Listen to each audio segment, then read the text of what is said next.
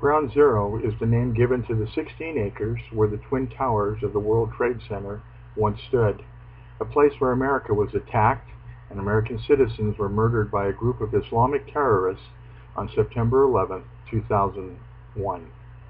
In May of 2006, I made my first journey to Ground Zero. As I climbed the stairs from the subway at Church Street, I was greeted with the sights and sounds of Ground Zero's. Beep, beep, beep assaulted your ears as all of the construction vehicles moved around on the streets and in the pit of the former Twin Towers. Members of the New York Police Department SWAT teams stood guard, with M16s across their chests and police dogs at their sides. As I made my way along the path, I was able to see into the pit, a huge hole in the ground. All that was left after the wreckage of the Twin Towers had been cleared away. Parts of the foundation of the South Tower were still standing, attached to the bedrock from which the South Tower had risen. Men and machines attacked the bedrock, forming the rock for the new foundations of the new towers. My journey continued along the World Trade Center path. The evidence of the devastation and destruction was everywhere. The glass sides of many of the buildings that faced the former Twin Towers had all been destroyed. Windows now boarded over, huge nets covered the sides of the buildings to contain any debris that might fall to the ground. Upon returning to Church Street, I entered the grounds of St. Paul's Church. St. Paul's Church sits on the northeast corner of Ground Zero.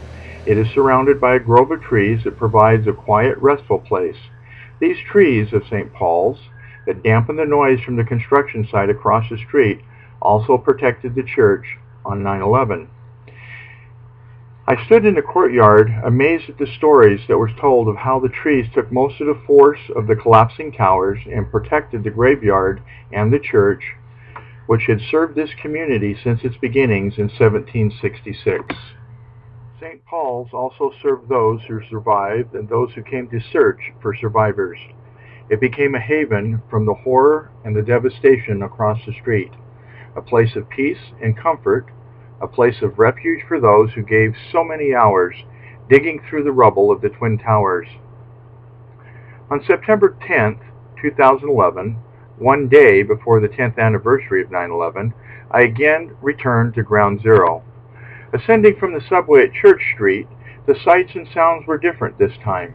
As I looked toward the construction area, the new Freedom Tower was rising and was over 40 stories high and climbing.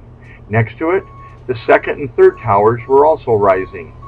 Bright panels of reflective glass covered their skeletons of American steel and concrete.